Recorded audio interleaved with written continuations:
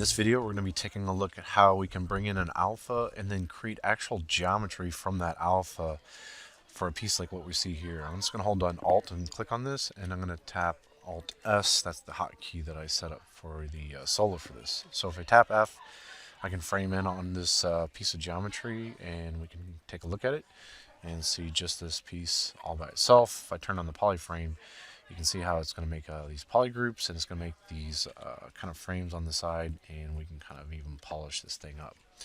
Okay, I'm going to hit Alt S and bring everything back. And the first way that we can do this, we kind of just looked at this, where if we hold on Alt and click on this part of the cannon, let's say we've got some kind of curved piece or something like that, right? And we want to use an alpha, and we want to make some kind of shape on here. If we go to alpha, we can import that in. Let's just go back to the area that we were at before for this, and go to training projects. And I've got modeling for real-time systems 2, my learning content and textures, and I've got these two different floral designs. I'll go ahead and use this one, the first one, and we've got this here.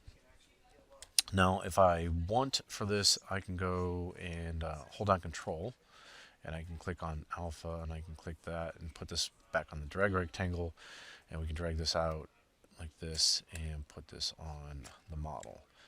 Now, if we want this thing to be perfectly square, we can go ahead and do this. We can hold down Control, and instead of using a drag rectangle, we can click on here and put it on rectangle, click back on there and make sure it's on square, and make sure it's set to center. And now we can hold down Control and then just drag this thing out like this. Okay, I'm going to try to center this thing up the best that I can, kind of like that. And you can see it's going to go directly across the model like that. Now, we want the inverse of this. So I'm going to hit Control I. This is the part that I want masked. Now if I hold down Control, I don't need this anymore. I'm going to turn the alpha off, and I'm going to put this back on drag rectangle. And to deselect, I can hold down Control, drag it in the open viewport, and then hold down Alt as I do that, and that will deselect that area. Now we can keep working on the model, hold down Control, drag it out, add Alt to it, keep going right in through here, and then we got that part right there like that. Now if we go to the side, you can see it kind of projected straight through like this. So now I can hold down Alt, or sorry, hold down Control, and then add Alt to that and go to the side and make sure I've gotten rid of the mask on the bottom like that. Okay, so that was a little bit of work just to build up the mask to the point that we've got this here like this.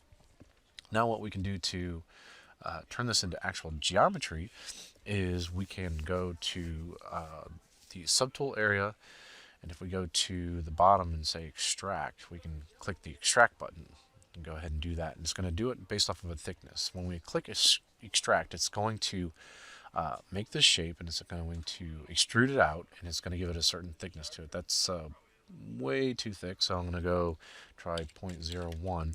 Now when we hit extract, it's just a preview of what that shape is going to be like. It's not actually really making that geometry just yet. If we want to make geometry, we hit accept, but that's still too thick for me. I'm going to go 0.005. I'm going to do half the distance of that. So sometimes it takes a little bit of time to kind of figure out like what is that exact number that you're looking for. I might go 0.0025 and hit extract one last time, and I think that looks pretty good to me. All right, so I'm going to hit accept, and that will make a whole new piece of geometry. The other thing that it does is it makes a new piece of geometry, throws it, I think, at the bottom here, or actually, let's see where that's at. It made this extract here. It puts everything with a mask on there, and it leaves the outer edges kind of open like this. So if we turn on the polyframe, you can kind of see what it does. It adds these edges in through here. Now, if we use this polish by feature, turn off this little donut hole thing in the middle, and run that kind of lightly, it will clean up those edges really nice, and we can kind of take a look at it like this. So it's going to make a really nice kind of clean shape. I'll hit Alt S. That's the hotkey that I've got for that part right there, like that. So we can kind of check this thing out and kind of rotate around there like this. And if you wanted to kind of polish the edges and kind of do a little bit of rounding, instead of do a polish by feature, which takes a look at polygroups and crispens up edges, we can just do polish, which is going to be like an overall polish for this thing. And you can see that really rounded it out quite a bit. So let's just do like 2, and even that is pretty high. One thing I found for this, like you see, I only did a value of 1 on polish. I can go ahead and store morph target on here, and then I can run polish, and I can do a value of 1. And then when it's done, then I can take this morph slider and I can push it back towards where it was at, so I can get like a even finer kind of value that's inside of there. So I'll do like maybe 50-ish percent, something like that. And so we've got something like that. Now I can turn that into Dynamesh if I'm happy with the shape, and then I can run a few things like the noise filter on there or something like that. But that's another way where we just looked at alphas to do this kind of ornate kind of detail directly on the model. But then this can be a way of us actually being able to take the model and then generate geometry from it, right? And so the other thing that I wanted to show you was this. If we do this on a flat piece, so I'm going to go and just click off of here and say switch. I'm going to put in that simple brush. That'll put this in this 2D mode. I can hit Control N to clear the canvas. And if I go back here, I can go select a polyplane 3D. If I take a look at that and turn on the polyframe, I can draw this thing out. I do know that if I want to turn this primitive into actual geometry that I can use, I have to click this Make Polymesh 3D. And then now I've got this Polymesh 3D plane 3D. And I'll hit Control N to clear out the canvas. I'll draw it on the canvas once and then hit T or go into edit mode to put it back into this sculpting mode that you see here. Now, with that process that we were doing before, we could hold down Control and then we can add a mask to this thing. We can mask it that way. Now, if this thing's got UVs on it, one thing we could do is turn the alpha on. If it's a square kind of design like this, we could go to masking. And we can go right here and we can say mask by alpha right here. And you can see it's going to do it. It's just very low res right now because we have very few polygons. So I'll get rid of the mask, hold down Control, and just drag in the open viewport like that. Now if I want to add subdivisions to this model, I can go to geometry, I can divide, and if I divide and have these SMT, this subdivide smooth modifier, it's going to smooth any kind of edges and things like that. Now if I don't want it to do that, I can just turn that off and just click divide. I'll turn the polyframe off, turn it back on, divide, turn it off, turn it on. So you can kind of see what's going on. I'm adding divisions to this thing, and every time I do that, I have to turn the polyframe off and then back on to see what those new divisions look like. So there's quite a bit more geometry now. Let's go back to the masking area, and let's just say mask by alpha. And you can see this is getting better as far as resolution goes. I could make this into a shape. I could do that. I think what I would like to do though is add one more division to this. So I'll divide it one more time, turn the polyframe back on, go to masking, and then we'll do mask by alpha. So basically we're increasing resolution of those polygons, and that's kind of like increasing resolution of pixels at that point. So again, we've got this thing here. I'll turn perspective on, and then I can go and I can say subtool, and we'll do an extract, and we've got this certain thickness.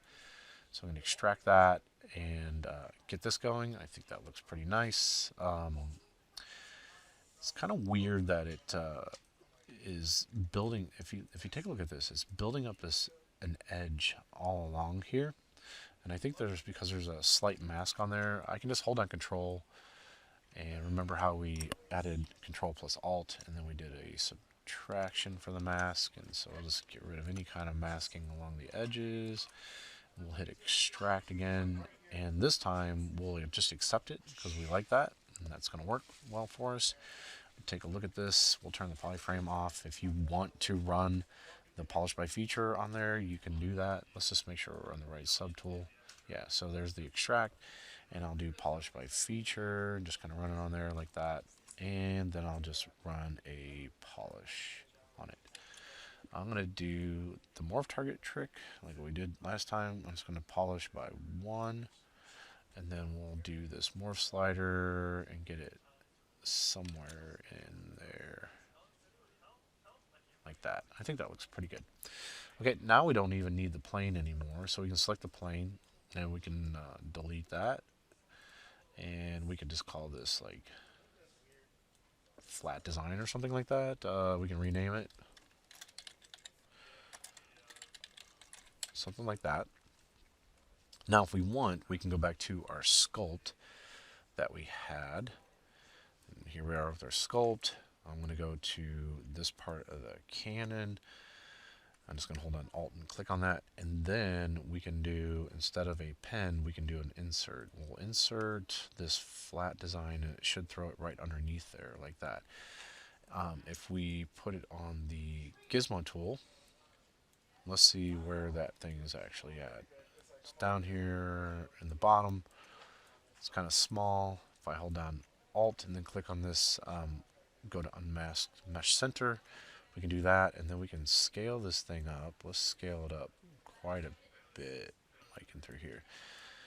Then I can go ahead and rotate this thing. I'm going to hold down Shift as I rotate, like a negative 90 degrees, and I'll push this straight down this way, like this.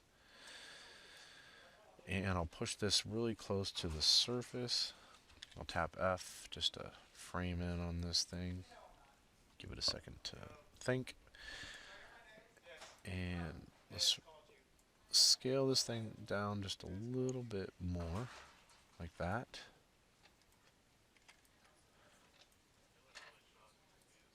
Just about like that. And I'm going to try to get this thing again as close to the surface as I can. And then we're going to use this brush. I'm going to go to the top, so I'm just going to rotate towards the top and hold down Shift, and it'll snap that view that we have here. And then we're going to look for a brush. We're going to do B, and then I'm looking for a brush that will actually kind of like project this down onto the geometry, and it's called Matchmaker. And I've got symmetry turned on. I'm going to tap X, and I'm just going to click and drag out. I'm going to make the brush size pretty large, and I'm going to click and then drag out like this. And it's going to take that and try to conform it to the shape of things. So I'm going to use my pen and see if I can kind of do this a little bit, not quite as intense. And I'm going to hit undo. Maybe I'm going to turn symmetry off. I don't know if it's because I've got symmetry on for that. And then I didn't realize it's not conforming there because it's kind of hanging off to the side. So if I do this, if I do a mirror and weld with this, I'm really surprised. I thought the cannon would be nice and symmetrical, but maybe it's not. So I'm just going to do this matchmaker again, kind of drag out. And you can see how it is making it conform to the shape. It's doing a pretty decent job. Like if I take this and I move it, I can try to embed it on the surface like that. Now this would probably work a little better if you had something going on where it was like not such a curved surface. Like when we did this, it's gonna perfectly conform to the surface because it's actually making the geo out of the surface itself. This is like a different process where first you're making the geo and then you're trying to conform it to the surface. So this might give you a little bit more flexibility for like where you place things, stuff like that. So what I'm going to do is just use the move manipulator that we've got here. I'm just going to use this and kind of scale it in this way just a little bit, and then move it and push it off to the side, and then pull up on this just a little bit to get the right kind of thickness, and then maybe rotate this down just ever so slightly, and then push this down and through here. And then let's scale this in just a little bit, and then raise it up. So with just a little bit of finessing, we can get this shape to fit a little bit better. Now it does feel like maybe I need to move this over just a little bit, like this, and through here, and maybe lift up just slightly. So that's how we can kind of take the geo. We can turn it into geo from a flat plane, and then we can try to get it to try to conform to some shape a little bit better, and then have that actually be this extra kind of ornate detail that you see on here, and then have it conform to whatever that shape is. Again, this cannon is nice and cylindrical, but like if you had some kind of armor piece, like something that went over somebody's chest, you could use that to conform to whatever the shape of that chest is, and maybe make some kind of really cool emblem or something like that that goes on to the surface of whatever that piece of armor is.